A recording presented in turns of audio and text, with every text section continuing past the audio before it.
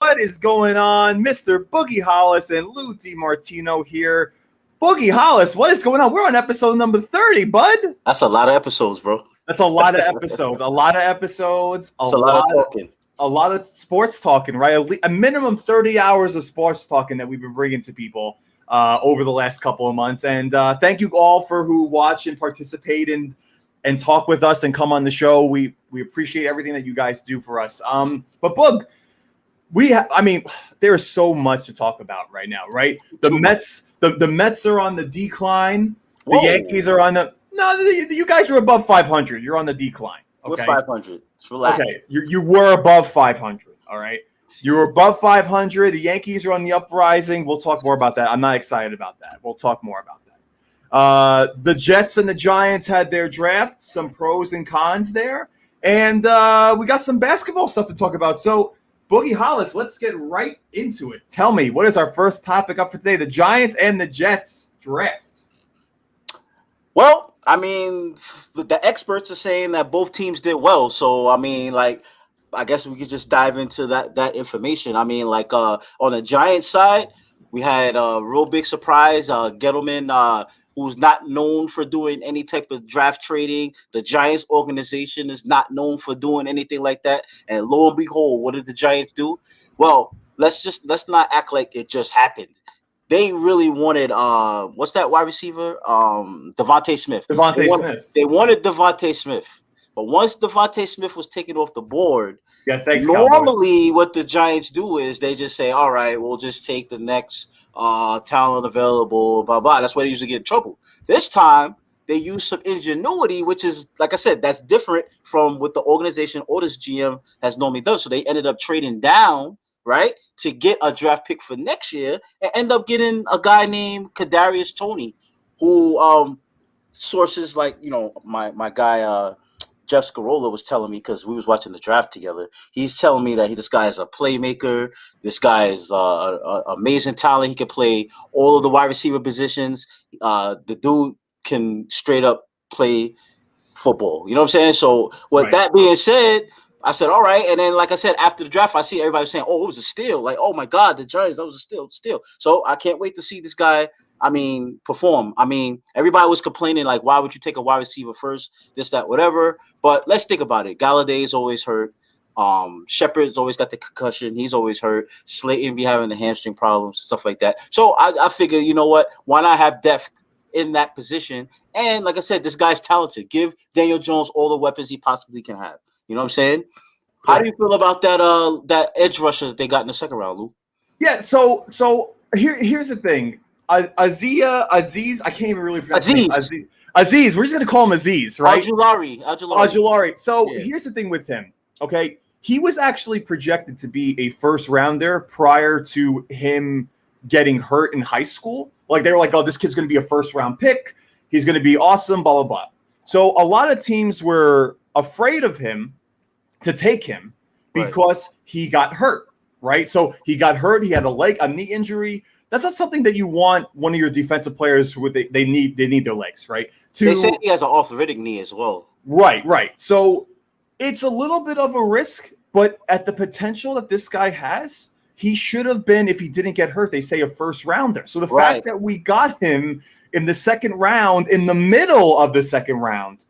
Yeah, because remember, they traded down again. Correct. They were 42 and they traded down to 50. And they wanted him where they were at originally, and they still got him after trading them down. Correct. So, genius. So very good move on Gettleman's part to do that. So hopefully this kid works out. Again, listen, the main thing with football, and I hate to say it, is that injuries are such a huge thing with football because of how physical it is, right? So having somebody injury, like for instance, we're going to talk about this Zach Wilson too. Boogie brought it to my attention that Zach Wilson was hurt. He had a shoulder surgery prior to 2 years ago. So the fact that, this is a thing where football players can get hurt on a continuous basis, and it's not, you always obviously want to take somebody that hasn't been hurt before. But we'll see how this kid turns out. This could be a great addition for the team, especially since another thing that Boogie brought up was that Gettleman said that he liked our O-line enough that we didn't have to draft an O-line. And I thought that we would be drafting an O-line somewhere, and we didn't. Yeah. So yeah, because basically, because he was getting questioned by a lot of people about that offensive line. You know what I'm saying? Like, you gotta. I mean, yeah, it's good to give Daniel Jones, weapons, whatever, but you got to give him some time or protection so that he can get it to those weapons. So, I mean, we're getting Nate Solder back. You know what I'm saying? Like, I don't know what kind of condition he's going to be in after taking last year off, but he's not going to be relied upon now because, like, a lot of those young guys who started to come together towards the end of the season last year, Gettleman has confidence in them where he felt that wasting a pick on an offensive lineman that doesn't match the talent level that he already has, he said, you know what, might as well go get something else. So, because as you can see, like with the undrafted free agents, that's kind of what they're dwelling on with the offensive line stuff. So, I mean, I guess it's basically we got to trust the fact that he knows his team. You know what I'm saying? Also, the Jets, they also kind of did the same thing. They went heavy offense and then they went heavy defense. So it's like I'm thinking maybe the offensive linemen weren't cream of the crop for this draft. You understand what I'm saying? So maybe that's just the case. Maybe we just got to go by that and see what happens. Yeah, I mean, listen, the Giants drafted a wide receiver. So listen, the Cowboys, go fuck yourself, by the way, because as soon as I saw that the Eagles were up, and then all of a sudden I see this just in, Philadelphia trades Cowboys trade their thing to the Eagles. I said, well, there goes Devontae Smith, because I thought at first that the Lions might be taking Smith, and they didn't. I figured. I was shocked about that too. Yeah, I really thought they didn't give after that wide receiver. I was shocked. Right, and especially Jared Goff. Not for nothing, Jared Goff, who's now a Detroit Lion. Right, he is not a gunslinger like Matt Stafford was. So he needs pieces to throw to. So I was thought that if the Lions were gonna go after Devontae Smith. Receiver, yeah, and they didn't. So I said, oh shit, we might get him because the Cowboys don't need him. I was hyped. Right. So then I said these motherfuckers. It's the NFC East hate, bro. It is the NFC East hate. It really is. And I swear, you guys can go look back, man. Go look at Devontae Smith getting drafted by the Eagles. Go YouTube that now. After this, did you see his face? He was like this. He was. Don't walk into the thing. Yeah, I said I said that too. Hates being in Philadelphia right now. I'm telling you, he hates it. So, but listen, the Giants picked an option which he seems very explosive. He does seem very explosive. You watch his highlights. The only problem is that I don't know enough about the kid, to be honest with you. Following this draft, it's also probably a little unfair to him too, because this year alone, Devontae Smith, who's a wide receiver, won the Heisman Trophy. Right, so it's already not fair to Tooney because everyone's going to be like, "Well, why the hell would we want a wide receiver that's not a?" Yeah, but think about it like this: since he got drafted so low, he's not going to have that much pressure, and he's not going to be expected to be a starter or game changer. You understand what I'm saying? So he's going to have the ability to develop or learn his route, learn the routes and stuff like that. He's going to be able to have the time to do that because he wasn't a higher pick. You understand what I'm saying? So it actually might work out for him. And like I said, as we continue down, they ended up getting Aaron Robinson from Central Florida. Yeah, they got a corner, Aaron Robinson. Yeah, five-year college student. You know what I'm saying? Like like I said, I don't know. Once they got down to the lower ones, like I don't even know these guys. Like they even got a running back, Gary Brightwell out of Arizona. I mean, you know what I'm saying? Like, obviously, we need some depth for the running back because they didn't. Did they bring back? They did not bring Gallman Jr. back. Yeah, so I'm saying. So I guess they're gonna play around with the young guys to back up Saquon. Because remember, Saquon just coming off a major injury himself. Right. So you know what I'm saying? He's gonna need some rest. Here's the thing with Gallman Jr. and I'm actually really surprised because Gallman's been with the Giants for about 4 years now. Right. He's been their backup for literally 4 years now. And when Saquon got hurt, I thought Gallman Jr. did a great job at taking over that role. He had 2 or 3 100-plus yard games. He literally does everything for this organization. And Gallman Jr. could easily be, in my opinion, a number one somewhere else. Not a big major team, right, but he could easily be a number one somewhere else on a weaker line team. Right. Offensive team.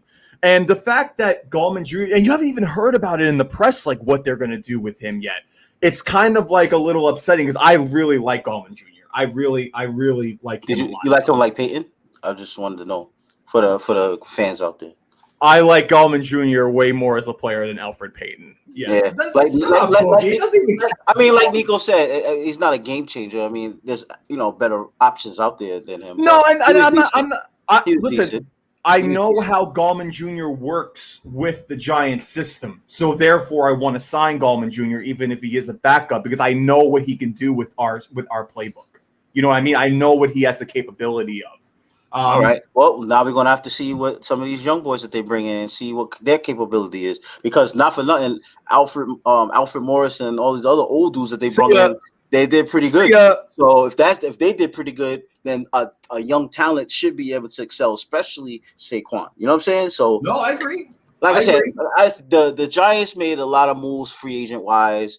They picked very well. They did a lot of strategy in the draft room by making all these trades and getting more picks. So right now, I'm gonna just sit back and see where we go with this. You know what I'm saying? Now, who likes to let him go? Now, on the Jet perspective, it's different because they had a lot of holes. You know what I'm saying? And the way they went about it might not have been what the mock draft said, but at the end of the day, when you look at it, they did fill a lot of holes outside of the offensive line. I mean, they got their franchise quarterback, right? They got an old lineman in the second round, like Elijah Vera-Tucker from USC. No, first round. Oh, yeah, first round. I'm sorry. Yeah, 14th pick. They traded up for it. That's they right. Traded up to the it was 2 third rounders to the Vikings, right? Yep. Yeah. So like I said, splash immediately in the first round. You know what I'm saying? Then, they hit with a wide receiver, then a running back. They definitely needed a running back because I think Perrine is their number one guy right now. Frank Gore was their number one. No, so right now. Oh, right now it is. Yeah. So you can't really are you going to put the trust in Perrine or are you going to go for a running back in the draft? You know what I'm saying? So now it's basically like would I, do you think? That's the whole Jet roster is like that because basically all the people they drafted darn near is probably going to play. And, this is a rebuilding project. So they basically got to make sure that Zach Wilson is protected. That's their main concern. They got to do that. Let him survive a season. Listen, the one thing that I do like that the Jets did is that they drafted, like you said, a lot of young offense, right? And sometimes bringing veterans to a rookie quarterback doesn't really mesh too well, right? It's kind of like teaching an old dog new tricks kind of thing.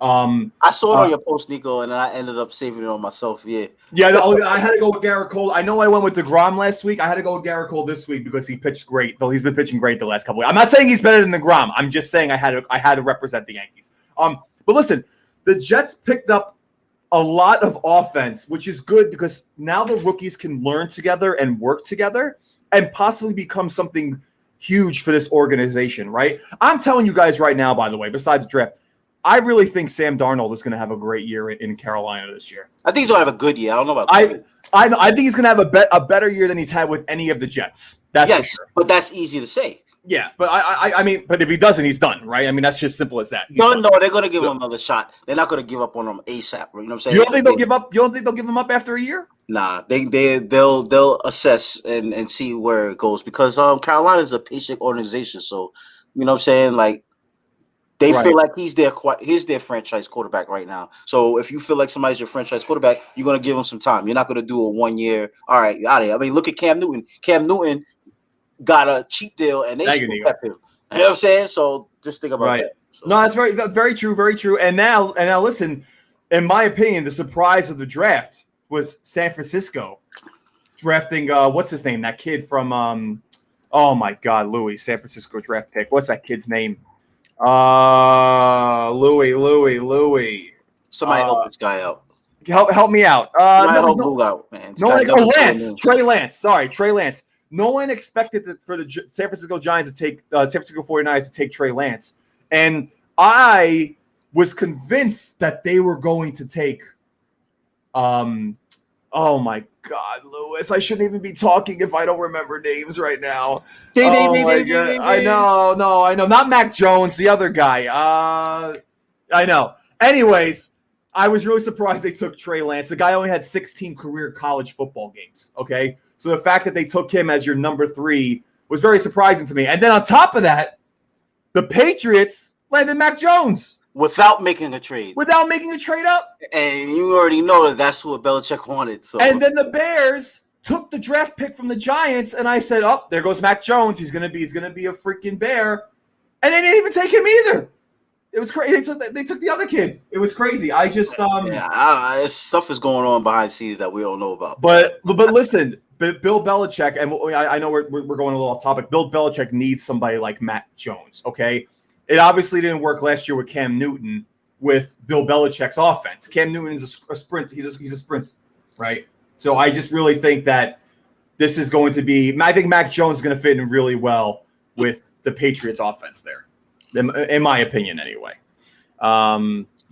Yeah, but at the end of the day, like I said, I looked at all the picks that the Jets did. I think they did a good job. You know what I'm saying? Like a lot of the guys that they picked up, filling needs, except for like towards the end of the draft, like they got this guy Hamza Nazaruddin from Florida State, an ACL tear. He didn't play last year. So obviously he didn't get a lot of burn, but he did well 2018, 2019. And then like they had a couple of projects, Brandon Echols from Kentucky, cornerback, and Jonathan Marshall from Arkansas. You know what I'm saying? Like when I was reading up on them, they was basically saying they're like projects. So they'll probably end up being on the practice squad. You know what I'm saying? So I guess they're gonna just try to develop talent since they're rebuilding anyway. So, but like you said, just like especially like how Nico said, when you get those defensive guys towards the end of the draft, usually they turn out to be better than you thought, especially if you have something to develop them. They have something to prove too. Right.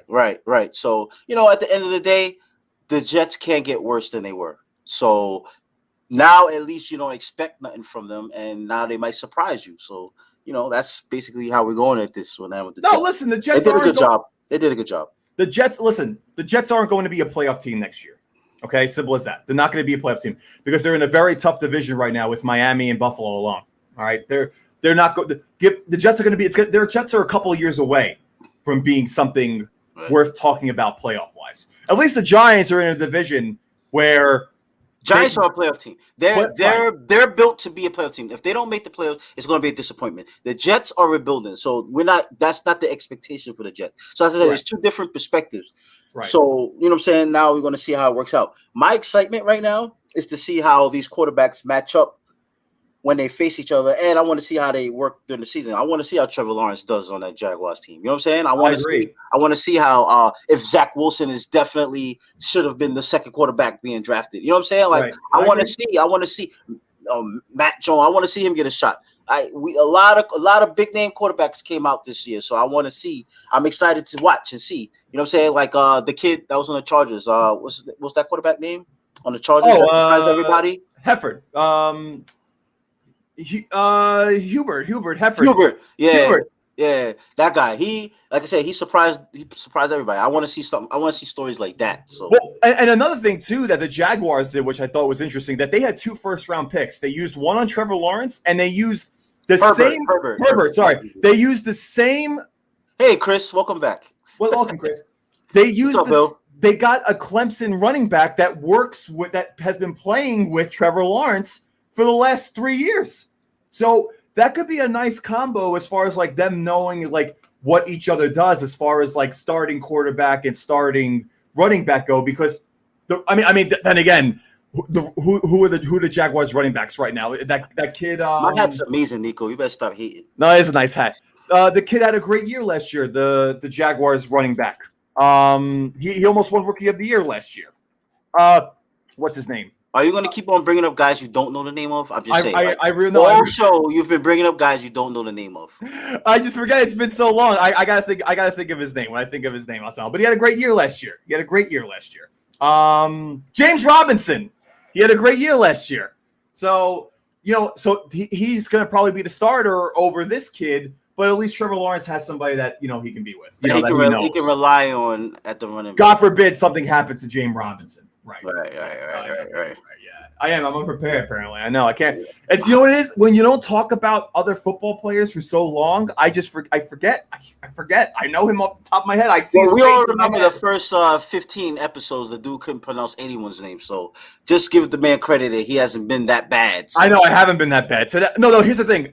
I've been bad at pronouncing names. I haven't been as bad. Now I'm just forgetting people's names. I'm getting older, bro. I'm getting older. Wow. But yeah, no, anyways. All right, on to the next topic. What do we got? Let's go with the New York Knicks.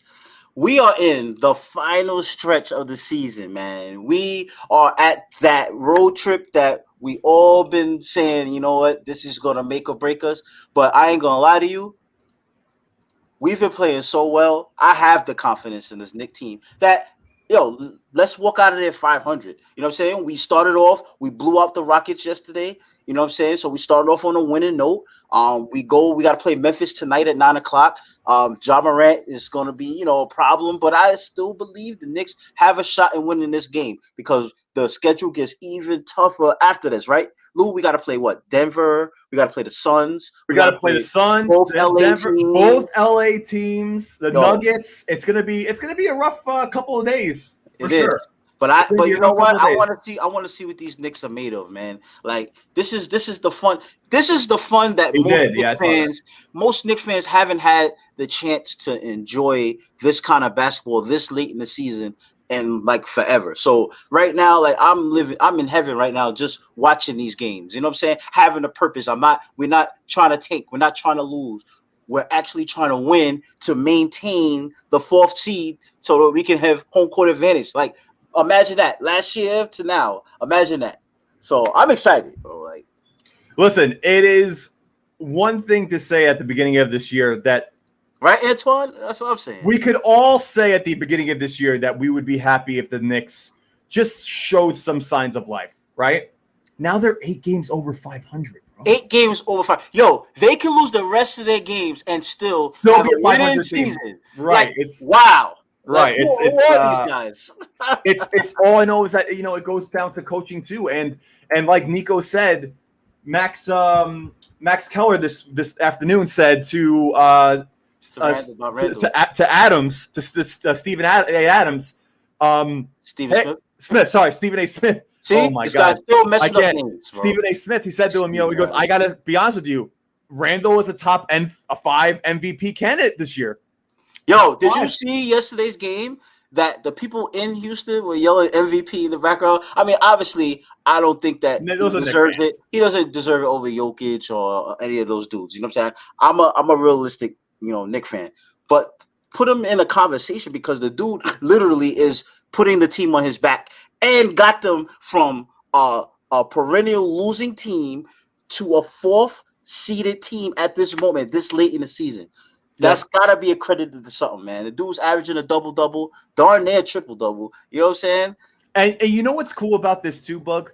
It's not even like the Knicks. Right, Antoine. Good mix of rookies and veterans. You're right. And you know what's cool about this too, Bug? It's not even like that the Knicks were like the East usually has a team or two that makes the playoffs that are a 500 or a little under a 500 team, right? Right. This Knicks team with this record would be 6th in the West. So that's awesome to see. That they're competing still on a competitive level because the East is usually awful. They're 8th in the top 10 power rankings of the NBA. So they are right. You know what I'm saying? So it's awesome to see. What a difference, man! I love it. And with this play-in thing, the play-in kind of changes everything. Like I seen some NBA players act like they don't like this play-in, but this play-in engages the majority of the league now. Because I'm gonna take an example. Look at Washington. Washington had such a bad season, but now they're turning the corner. Like Russell Westbrook is on fire with Bradley Beal doing his thing. So now they're going to be a tough out because they started jumping teams. So now they're currently in the play-in. So imagine being like the Celtics, who I think Brown and Tatum just got hurt like yesterday, the day before yesterday. They just got hurt. So now they know it's desperation because now if they end up being in the play-in, you got to play a team like Washington. You know what I'm saying? You don't want to play a team like Washington in the play-in just to get back into the playoffs. You know what I'm saying? So that changes the whole scenario. So I don't understand. I don't understand why a lot of these stars are not liking the play-in. Like I said, especially in the fan perspective, it gives you more opportunity to root or vested interest in the season and not always just think tank. Like half the league want to tank the way it normally was, but like this is good. Like it stops that. It stops it. I love it. No, I love it too. I love it too. I know a lot of people might disagree that like Well, already more than half the teams make the playoffs already, so why would there be more? Hey, Emmett, I think they're gonna do. I think they're gonna do a better job next year because they're probably gonna pick up other players. Just to answer that question. Sorry, Lou. Yeah, no. The Knicks are going to be good. Listen, as long as they have Thibodeau, I think this is going to be a very good next. They have him for at least 3 years. Right. They have him for 2 more years after this. The Knicks will be around this way, in my opinion, for the next 2 years. I think they're gonna be. I think they might improve, bro. They might improve, right.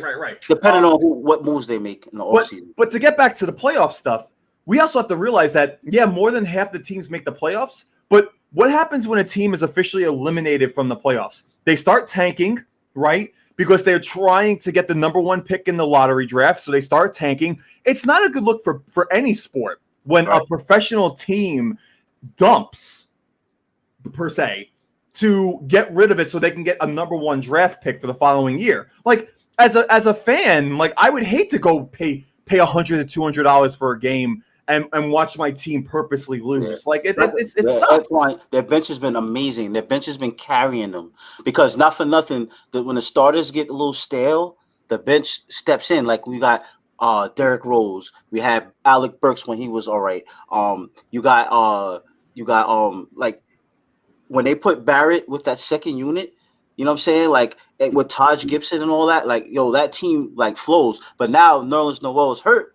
So now Taj Gibson has to start. And now we got to see what this Norvell Pell guy is going to do. If he gets the burn, you know what I'm saying? Unless they play small lineup and put Randall at the center and let Obi Toppin get a little bit more burn. So let's just see how they're going to play this. You know what I'm saying? Like this. But the bench has definitely been helping us out big time. Hopefully Burks comes back because I think he was running around pregame yesterday. So.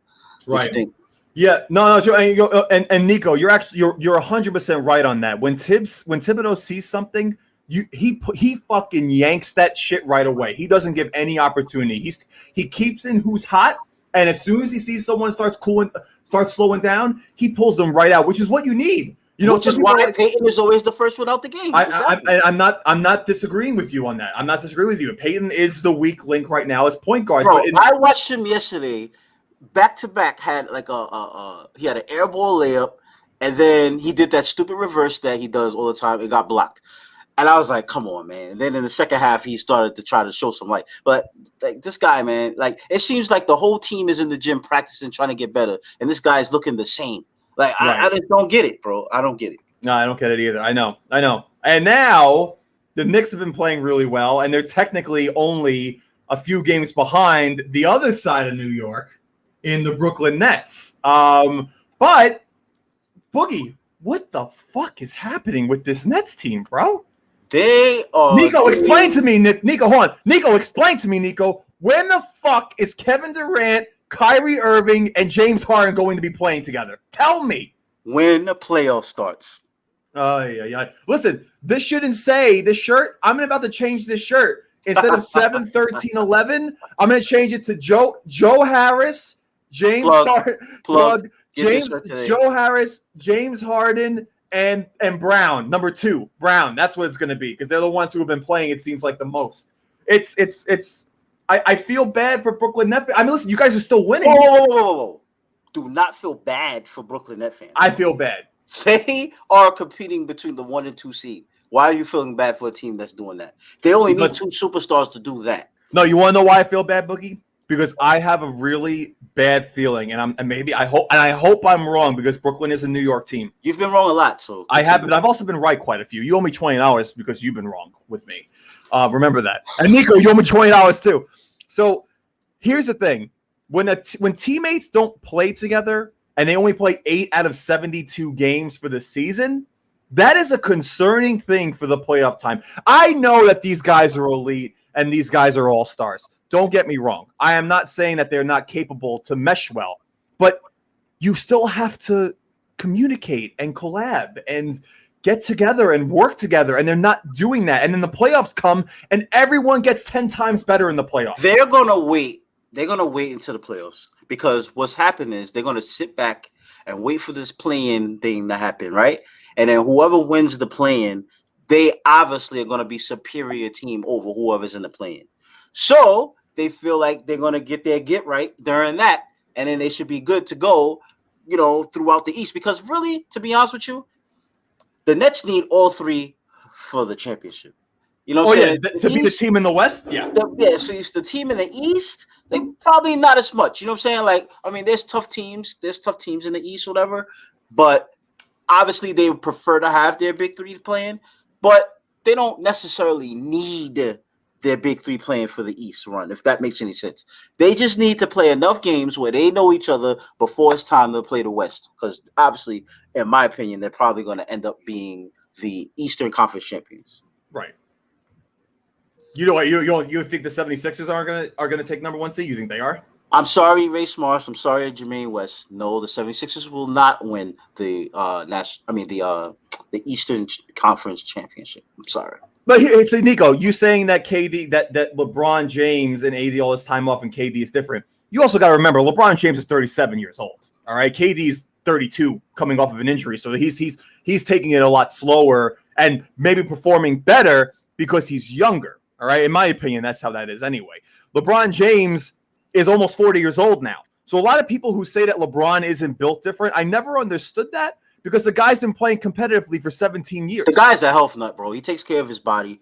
Like, you can't, all the bad things you can say about LeBron, you can't say that the dude is not like a different animal. When the guy literally is in the same physical shape he was 3 years into the NBA after he the only reason why he had time off because he sprained his ankle, bro. Like, you know what I'm saying? It's not like it was a wear down part of his body, bro. He sprained his ankle. You know what I'm saying? So right. And he's right back on the court. Great. Yeah, he's and listen, with Drummond on the team, Drummond, AD, LeBron, I don't care who they play. They're going to be very tough come playoff. Yeah, but Nico's looking at it as a net fan perspective because he sees AD's injury. He was out for a long time. AD comes back, and he's not himself. LeBron's a little rusty, so they want to sleep on the Lakers, you know what I'm saying, this, that, whatever, because they watched the Nets have injury guys, and it just short. Like KD, he's been hurt. He arrives off the bench, scores 30, so you think that that's the way it's supposed to be.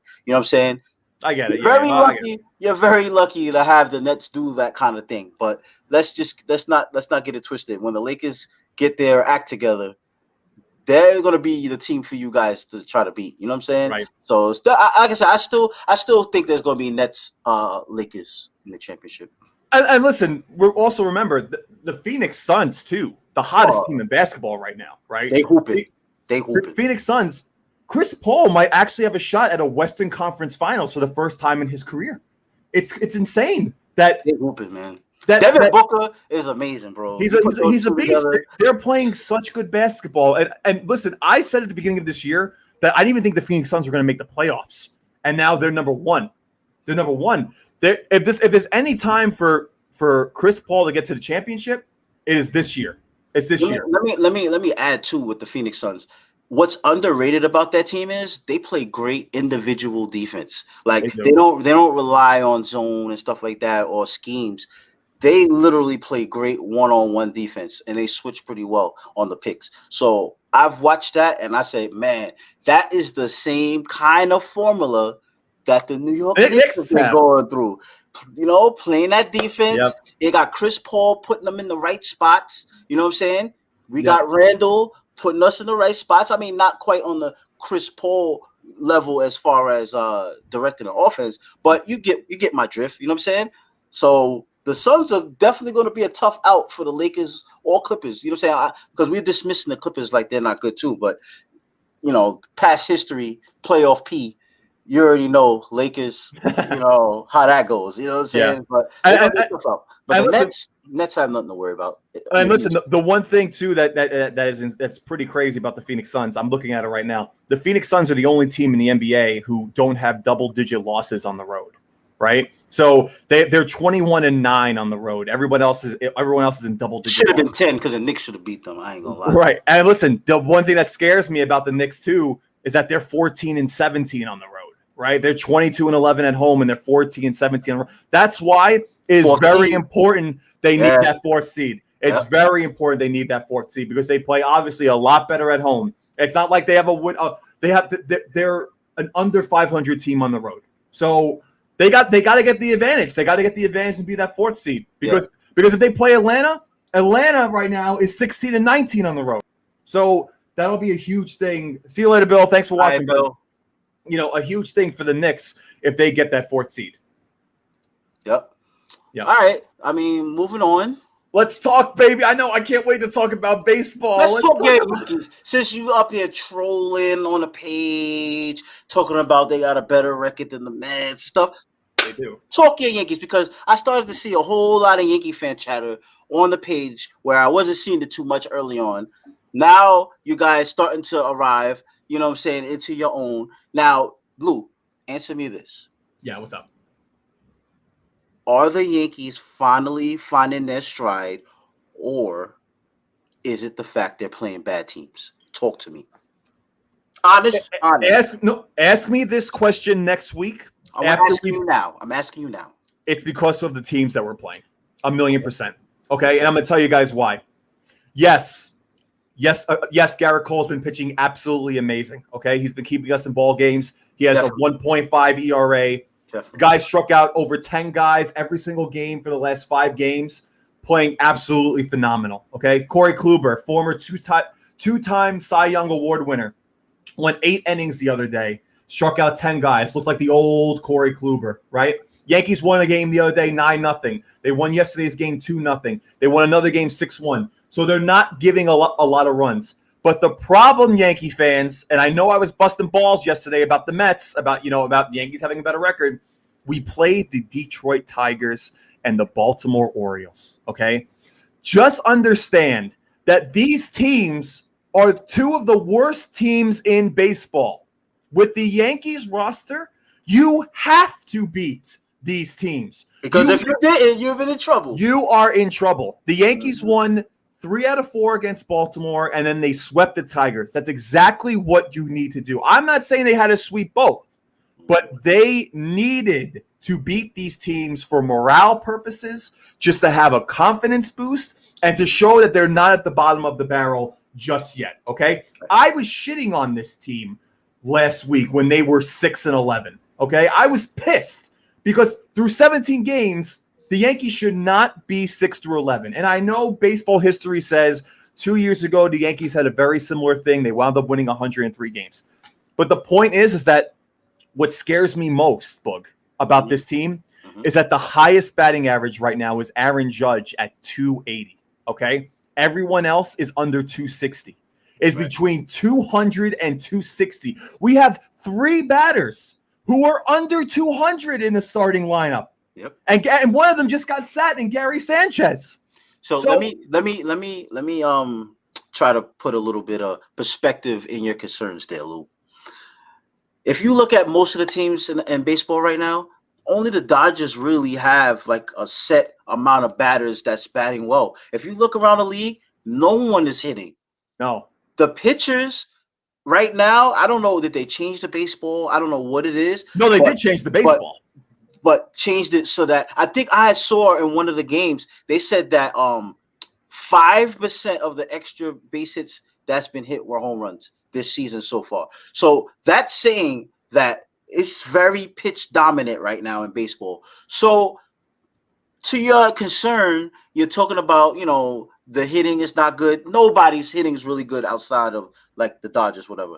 But on the other side of the coin, because I'm going through this with the Mets as well, situational hitting is not there. You know what I'm saying? And as good as the pitching has been, it seems that the key hits, like the lineup you guys have, you're not getting the key hits that you need from the guys that you need.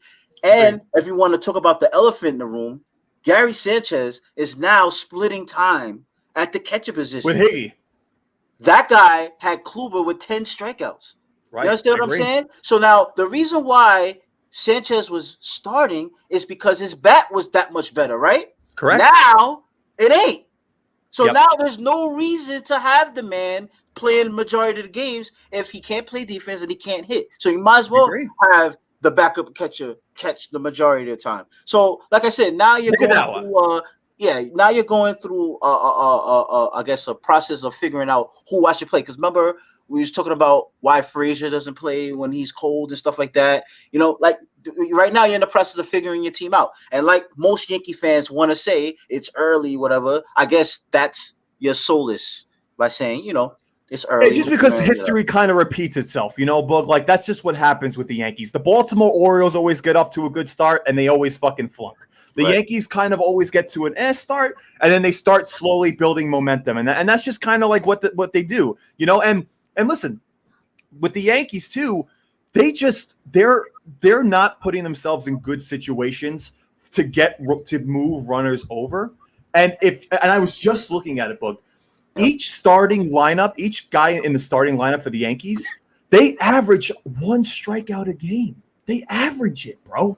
But the Yankees always had a strikeout problem, so that's not something that you should be shocked about. No, I know, but what I'm saying is that it's getting worse and worse and worse as years go by. As that's what I was saying. When the Yankees had that dynasty back in the 90s, that team was barely striking out, bro. I know it's not. You can't compare those two. I know, because the guys that they got now, like with Judge and Stanton, these guys are notorious strikeout batters. You know what I'm saying? They just home run hitters. You know what I mean? So like, you can't compare. It's crazy though. Because the team that 90s team you're talking about, they played a lot of situational hitting.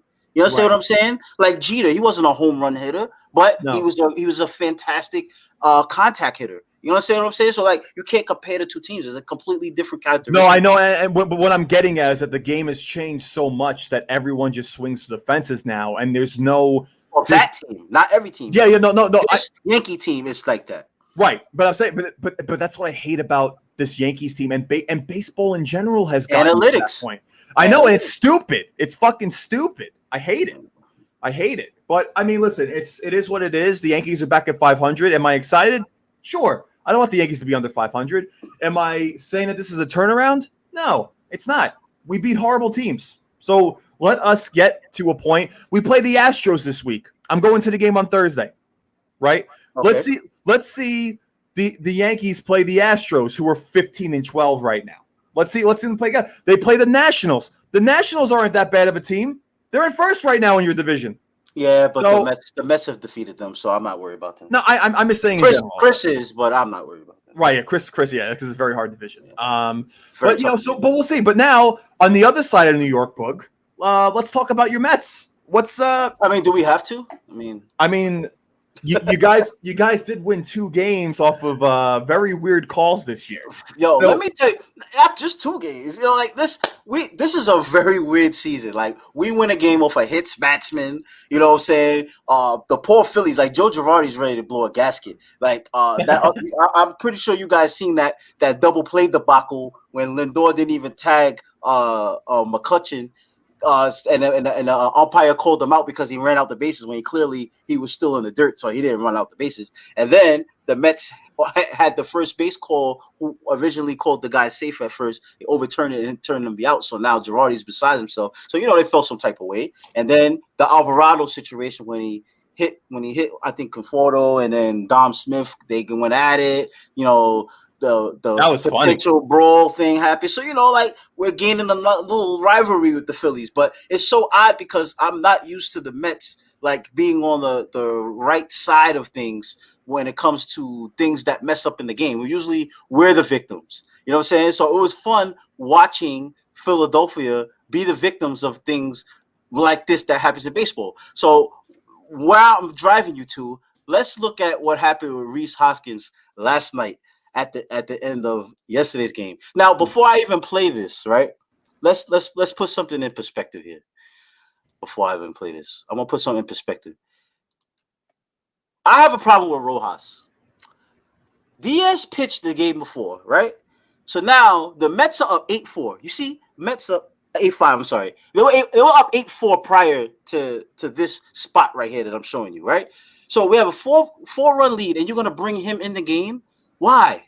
It's not necessary. He pitched the night before. He pitched the night before, right? That's what I'm trying to say. So it's a back-to-back, and this is not a safe situation. Why is he in the game? Analytics. Why? Why is he in the game? So right there, I already saw like something bad is going to happen. I said to myself, and this is the bad that happened right here.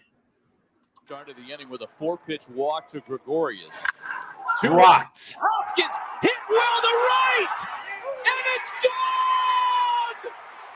A game-tying 3-run homer. Look at his face. No, it's right here. You got to look at his face right here. They're going to take another look at this. The call on the field. He want to go home and cry. Edwin Diaz is shell-shocked. Shell-shocked. There's some tricky boundaries but look at this, though. With that railing. Did it hit a seat or did it It looks like it hit the seat there, but I hit the railing. They're saying it hit the top of the wall. Not a home run. Not a home run, so buddy. Much going on here. But you know what, though, Boog? That's the Philadelphia Phillies fans' fault. They should have had somebody there catching that fucking ball, to be fair. You should have – if I was in the outfield, I would have went to go catch that ball, and then they couldn't have said shit. They could be like, yeah, it went right over the wall. That would have saved it. This is their place. This is their home stadium. They supposed to know what the boundaries are there. So I don't understand why they looking so shocked when they hit the gate. Right. You know what I'm saying? I don't know if you seen it, but I was looking at Neil. He was like, he'll throw the ball in, little boy. Like, he kind of saw that it didn't go out the park. You know what I'm saying? So it's like, because, you know, before each game, the umpires, they go over what the parameters of the field is. You know what I'm saying? So it shouldn't have been a shock to them, but it's just so odd that this is the way the Mets get saved, and then Familia, you know, closes the door after that, thankfully. But this is the type of thing I'm talking about. Like, we have a manager that's still new to this. He's making a lot of little errors here and there as far as decision making. On top of the other elephant in the room. Since we addressed the elephant in the room on the Yankee side, let's talk about the elephant in the room on the Mets side. Lindor. People were going crazy. Oh, how can you boo your best player? How can you be so upset? It's still early. Blah, blah, blah, blah, blah. When a man signs that kind of contract, there's a responsibility that comes with that.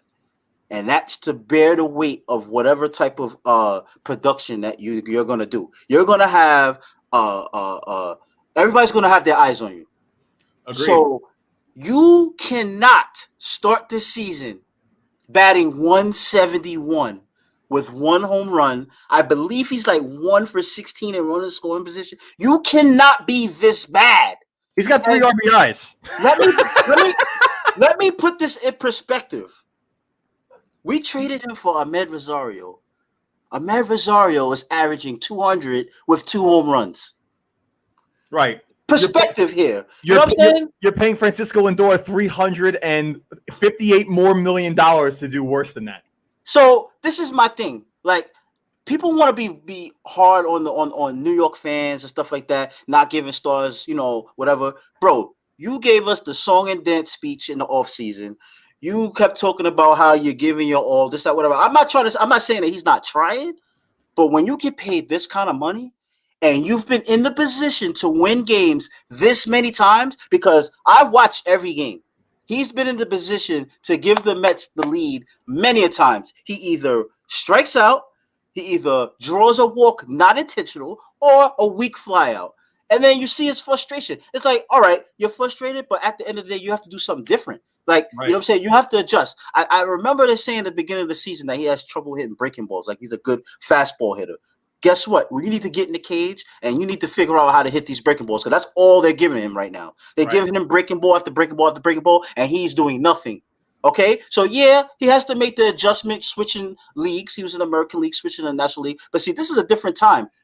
American League and National League, they play each other now. You understand what I'm saying? So it's not like it's completely like different like back in the days. So the excuses is gotta be really limited now. You know what I'm saying? Like, I'm not giving up on him, but I'm just looking at people funny when they try to act like you want to give him the excuses. Like, you shouldn't be mad as a fan that he's performing like this. Oh, I'd be really pissed. He has Gary Sanchez numbers right now. Gary Sanchez has more home runs than him, and Gary Sanchez has been playing half the time. So I know Lindor is not a home run hitter, but Lindor only has 14 hits and 82 at bats. That's bad. That's really bad. That's really bad. He's got to figure out something, because he's also striking out a ton. He's striking out a ton. He has, I think I saw. Oh, yeah, you're right, Chris. On cue, he just struck out as we spoke about it. All right, I was gonna say he has 25 strikeouts in the year so far. Now he has 26. So that's a lot. That's a lot coming from somebody who is a 300 lifetime batting average right now, and he's playing. He needs to. I think he's gonna something. figure it out. He's gonna figure out. But see, this is the thing. Like like I said, my complaint isn't the fact that he's struggling. My complaint is the fact that people are trying to give him an excuse. Give him an excuse. There is no excuse. It is what it is. He's playing bad. That's it. You know what I'm saying? He gotta improve. Listen, the one thing I could say about the Mets, though, you guys are a 500 team right now, and your run scored to runs against numbers, you're minus 12. Minus 12. We average 3 runs a game, which is terrible. And we have 2 starting pitchers and Lugo not available. And we got injuries. So I'm not in a panic position like how Chris normally is about the Mets. You know what I'm saying? I still feel like the Mets are a good team. But, you know, it's okay to be frustrated with the production that we're having. Like I said to you earlier, no team is batting well. You know what I'm saying? So it's just that you're Lindor, you can't bat this bad. I'm sorry. No. Listen, I would give him a break if he was like 220, 230 right now. Like, and he made some errors, right? Well, I would give him a break if he was like 220, 230, but not 171. That's Adam Dunn numbers, right? That's bad. Yeah, I'm not. No. You're panicking. Don't tell me you're real because the Mets are 500 and they're playing god awful, have a whole bunch of injuries, and they're 500 the way you projected. So you're gonna tell me that if they're clicking on all cylinders, you think that this is the same team we got? No, Chris. I'm sorry. No. They're listen, Mets. DeGrom, I wish DeGrom could pitch for you guys ever. Actually, I don't want DeGrom to pitch for you guys every game. You want to know why? Because if DeGrom pitched for you guys every game, you guys would average 1 run a game. You guys would, instead of 3, you guys would average 1 run a game because the Mets don't hit, which is why, jokingly, a few weeks ago, I said that Jacob DeGrom should be your 3rd or 4th pitcher in the lineup. So that way they get some run support off of these 3rd and 4th rotation guys on other teams. You know what I mean? Like, it sucks. It sucks. And you know what also sucks too is the fact that the other pitchers are doing pretty well too. But like I said, they're actually suffering through the same thing that the Mets bats are putting DeGrom through. Because like even Peterson had a good game yesterday. Peterson last couple of games he had a good game.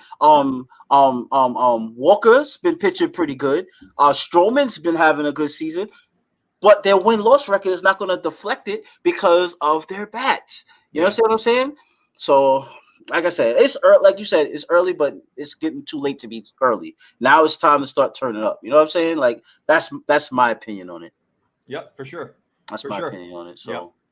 All right, to move on though, what's our next topic? We got highlights right now, Boog? Yeah, we had a couple of highlights for this week. You know, it's not too many. It's not too many highlights, but we actually have a highlight 2-in-1 game actually, and this was kind of like early in the week too. Like and this is also Nico's boy Anthony Davis. Anthony Davis, he caught a bad one in this game. Yeah. Let's take a look at this one. Those will be at home, and then another game against the Clippers at Staples. Oh, Anthony Davis, and he got punched in the nose. Anthony Davis, who got the worst of He wants to go back on the injury list. He said, "This is crazy." He goes, "I got to go back to New Orleans." He said, "Wait a minute. I start playing, and this is what happens to me."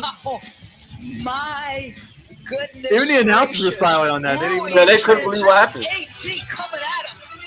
My goodness, he had nothing for him. Rui. Wow.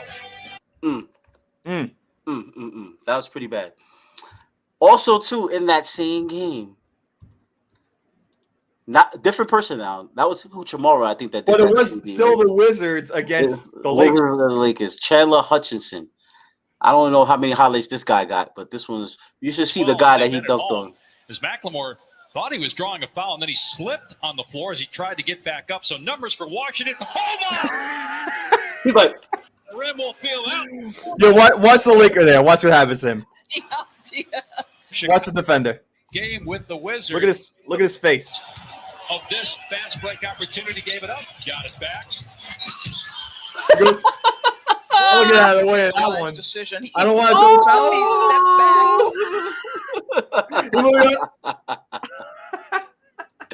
That was pretty bad. It was pretty bad. That was good. Bad. Yeah.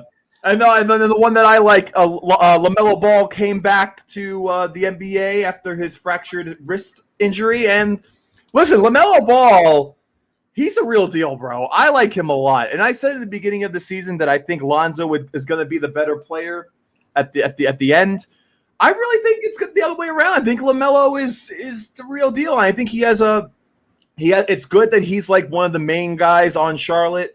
You know, like Boogie was saying earlier, Lonzo Ball still has a bunch of superstars around him. It's hard for Lonzo to kind of get into that field. It's not just the superstars; it's the fact that he has stars that want to handle the basketball. Correct, right? They want to handle the basketball, like Zion Williamson. Now he's like a point forward, so now he's just taking the basketball out of his hands. Where LaMelo, he's the star, so he gets to get on the court and do stuff like this. Dumboya can't make the catch in traffic. LaMelo's a bowler. Oh, what a pass! Finds Bridges. You see that form, LaMelo? He's a bowler, guys. Teach. I just love that pass. I love that pass. It's so suave. You know, and it was right on point, just like a quarterback. You know, Bridges made it look good. He made the finish. You know what I'm saying? So I don't know. Like that's a good debate between him and his brother, bro. Like between him and his brother. I like I said, Lonzo is more of a complete basketball player to me because Lonzo plays excellent defense on top of having great court vision and he improved his ability to shoot and everything like that. So I think that he's still more of the all-around basketball player, but LaMelo is very flashy. He's good for the eye. You know what I'm saying? Like he could definitely carry a team to an extent at the, still early in his career, but he already shown he could score. He has great court vision also. He has a little turnover problem, but that's common for a rookie that's handling the basketball. You know what I'm saying? So it's not a knock on him. Plus, like defense wise, he's not on Lonzo's level on defense. So like I said, right now, for flashy and fan appeal, LaMelo's the guy, but Lonzo is the more all-around guy to me. I can agree with that. And listen, LaMelo is also a young kid who is his first year in the NBA. Let's see how he develops a little bit. Right, he's all over social media with a bunch of girlfriends running around. So his dad warned him, but you already know how that is. So listen. I would love Lonzo Ball to be a Knick. I think Lonzo Ball has great court vision. I think he'd be a good fit. I seen it in a Knick forum where people were trying to argue that Schroeder would be a better fit. Like it was a Knick forum on Facebook that I'm in, and that Schroeder would be better than Lonzo. Yeah, I didn't agree with that. I think I don't know about that. I think Lonzo's better. No, I think Schroeder would take away from Randall. In my opinion, I think Schroeder would take too many shots. In my opinion, I don't know. I think Lonzo has a better court vision. I think Lonzo is better with the ball than Schroeder. As long as Lonzo keeps on continuing to improve his jump shot, I think he's going to be more valuable. And like I said, man, at this point, the way the Knicks been playing, it looked like anybody would want to, secretly ask the Knicks, "Hey, I'd like to join your team." So hey. Let's see what happens, man. Like I said, I'm not looking in that future right now. Right now, I'm enjoying what's going on right now. I can't wait till 9:00 to watch the Knicks play Memphis, win or lose. I'm engaged. Yeah, I agree. And listen, I think one of the main questions too that a lot of potential Knick players might be asking. LeVar sitting next to Spike. Right? Yeah, I'm sure Spike Lee would love that. I think one of the main questions too is that like if somebody from another team wanted to come to the Knicks. Is Dolan under control over there? You know what I mean? Because all the shit that the Knicks get with Dolan, I'm surprised that Randall even came here, but they offered him a big contract. Well, you got to remember what Randall's situation was. You know what I'm saying? And no, plus, I know. I'm just saying. And plus, Randall knew that the Knicks, he wasn't the Knicks' first priority. He was explained this from, I've been watching his interview. I've been watching a whole bunch of Randall interviews. His agent, they explained to him how tough it was going to be to try to arrive to New York, especially trying to have a big role. So he expected the boos that he got because he actually played bad enough to deserve those boos that first year. So he knew I need to go to the lab and improve, and that's what he did. You know what I'm saying? And he gives all the credit in the world to the coaching staff. He gives all the credit in the world to his teammates. So the dude is proven to be a budding star late in his career. So like I said, I'm happy with it, bro. Like, no, I agree. I'm happy with it. Yeah, Boogie, do you know what the line is for the game tonight? I didn't check. I can check for you. You talking about the Knicks game? Yeah, the Knicks Memphis game. Yeah, I can check. I'm curious what it is. I'm assuming. I mean, the Knicks are away, right? The Knicks are at home. Yeah, they're in Memphis. So they're in Memphis. The Knicks are probably honestly. It's 4. The Knicks are getting 4 or giving. No, they're getting 4. They're +4. They're plus. I like that. Yeah, I like that. I don't know. Like I said, it's the second game on back-to-back. They flew from Houston to Memphis. I don't know the distance of that, but I don't know. Grizzlies are good. Grizzlies are good, man. Grizzlies are good. They're gonna require a lot of effort and energy and grind. So I see. This is my worry with the Knicks, especially against a team like this. I know the Knicks are gonna show up 3 quarters. This is that 1 quarter, like usually the 3rd quarter or whatever. Like they just seem to like lose focus, and you can't do that with this team. You know what I'm saying? Because once you lose focus against a team like this, they're not going to be able to arrive back from it. So, like I said, I'm just praying that I see a good game, and I'm praying for a W. And then y'all can watch my reaction on Instagram, True New York Sports, after the Knicks game. Sounds good. Sounds good. You know what I'm saying? Yeah. And also too, you can pick up a shirt that Lou's wearing. Plug. The New York particular. Plug. Knicks. We're back, B. If you like a shirt, please message myself, Boogie or Biggs, and we can get that for you. That's right. Yeah, but this was episode number 30 today, Book. Yes, it is. We're in the 30s now. So, but thank you guys. I did go live. I went live. Boogie went live. I went live also with the Yankees. I went live. Like I said, if you'll see me live tonight, but I'm live after every Knicks game. So yeah. You know what I'm saying? Right. Well, sounds good, guys. And if anybody wants to join the live, also you can just request it on an Instagram live. So if you guys follow us and you want to join the live, be happy to request it. So sounds good. Sounds good. But all right, guys, thank you very much for watching the show. We're at the 8 o'clock mark. Again, we want to thank you guys very much for watching. Yep. Check us out on Instagram. We're very popular on Instagram lately. Very popular. And YouTube. Our YouTube channel is getting popping too. So. You know what I'm saying? Yeah. So make sure you check those out and we follow us out there. We're growing. Eventually, we're gonna have our own network, and that's the plan. But all right, guys, you guys have a good rest of the. Thanks, Uncle Finn. You guys have a good rest of your night. Until next week, Boogie. Episode number 31. Let's go Yankees. Let's go Knicks. Let's go Rangers. Let's go Giants. Leave my Rangers alone. They can't beat the Islanders, and that's how we're going to end it. Don't get me started on the Rangers. Well, they lose 4-0 the other night. They got killed, right? They got killed. Yeah, I know. Yes, shut up. All right, guys. You guys have a good rest of your night. Thank you for watching, and we will see you guys next week.